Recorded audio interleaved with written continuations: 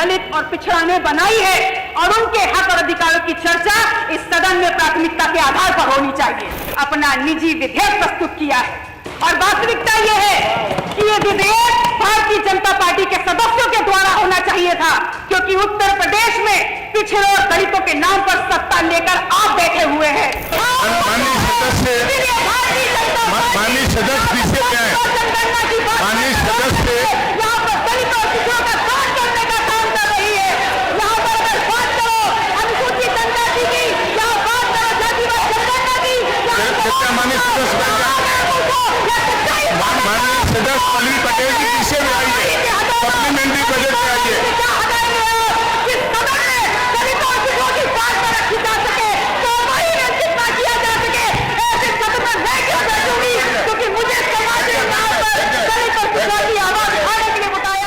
धन्यवाद अधिष्ठाता महोदय।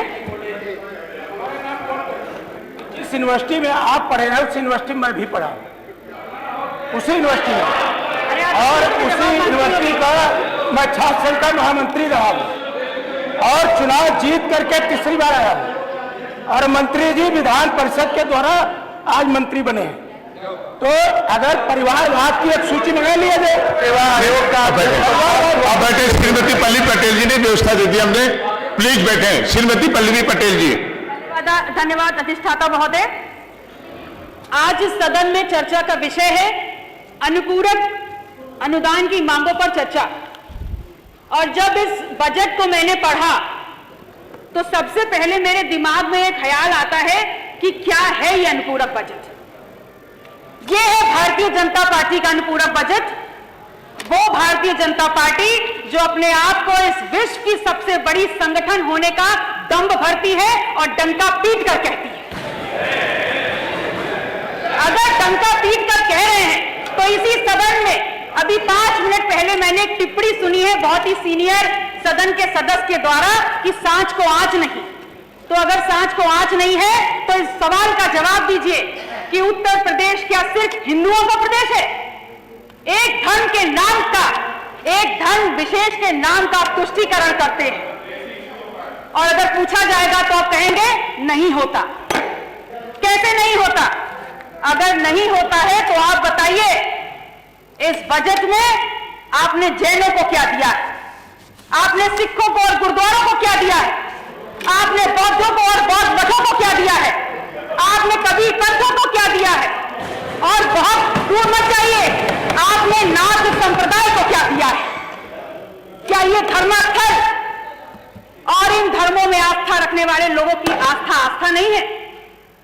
आपके लिए बहुत अहम है कि इन विषयों पर चर्चा हो और आपको इस बात की तनिक भी चिंता नहीं है और तनिक भी गंभीरता से आप ये नहीं सोचना चाहते कि उत्तर प्रदेश की बहुसंख्यक आबादी इस देश के दलित और पिछड़ा ने बनाई है और उनके हक और अधिकारों की चर्चा इस सदन में प्राथमिकता के आधार पर होनी चाहिए।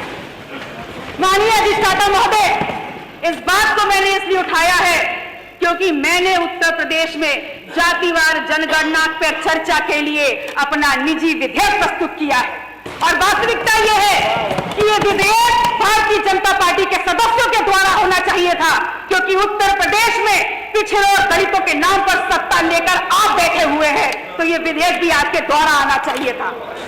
और ऐसा नहीं है, पर्याप्त संख्या में भारतीय जनता पार्टी में पर्याप्त संख्या में दलित और पिछड़ों की नुमाइंदगी करने वाले, प्रतिनिधित्व करने वाले यहाँ पर सदस्य बैठे हुए हैं, लेकिन सब के सब पंगु हैं और आप पंगु हैं। इसलिए यहाँ पर आप जेल कहे या कुछ भी कहे, सच्चाई नहीं छुपने वाली।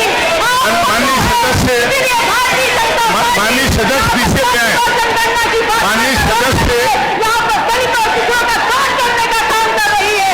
यहाँ पर अगर बात करो अनुसूचित जनजाति की, यहाँ बात करो जातिवाद जनगणना की, माननीय सदस्य पल्लवी पटेल जी पीछे में आइए, सप्लीमेंट्री बजट में आइए।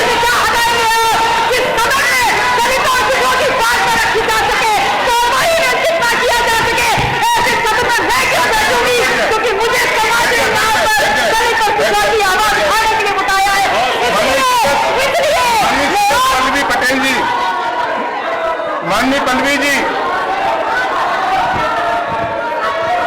के ऊपर माननीय पल्लवी जी विषय पे है, विषय पे सप्लीमेंट्री बजट पे है। माननीय अध्यक्ष चाचा जी, बैठ जाए। माननीय अध्यक्ष चाचा जी, ये बात देखिए, ये केवल अनुपूरक पर ही रहना चाहिए। बात केवल अनुपूरक तक ही सीमित रहना चाहिए। बारे ये अपने आप में माननीय पल्लवी जी आए, बात करवाइए, आप बात पूरी करिए। विज्ञान जी बात करवाइए। नहीं, आप आए, बात पूरी करें प्लीज। आप आइए, विषय पे आइए, प्लीज आइए, कार्रवाई में लिखा जाएगा विषय पे। केवल सप्लीमेंट्री बजट से संबंधित पर रखिए बात।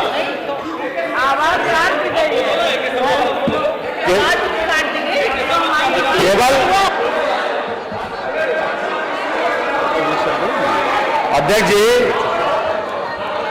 अध्यक्ष जी जैसा कि नियमों में भी है और हमने प्रारंभ में भी कहा था मोना जी के बोलने के बाद कि हम अपने आप को अनुपूरक विषय तक ही सीमित रखें।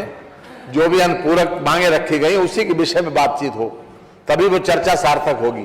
केवल अनुपूरक विषय नहीं, एक मिनट, मंत्री जी बैठे। नहीं मंत्री जी, मैंने नहीं अभी आपको नहीं बुलाया, मैंने अभी नहीं बुलाया किसी को भी। मैंने मंत्री जी से रिक्वेस्ट कर ली है, उनको बिठा दिया, आपको नहीं बुलाया मैंने।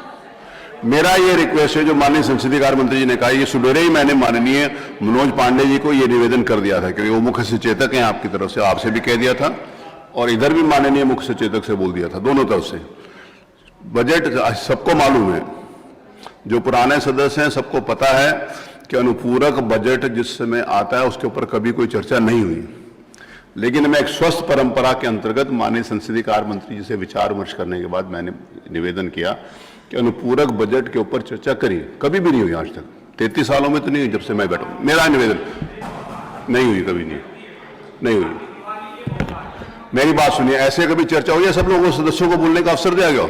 एक मिनट, आप ही बताइए, ऐसे कभी चर्चा ओपन टू द फ्लोर? ये कहा कभी चर्चा नहीं, ओपन टू द फ्लोर कभी हुई है?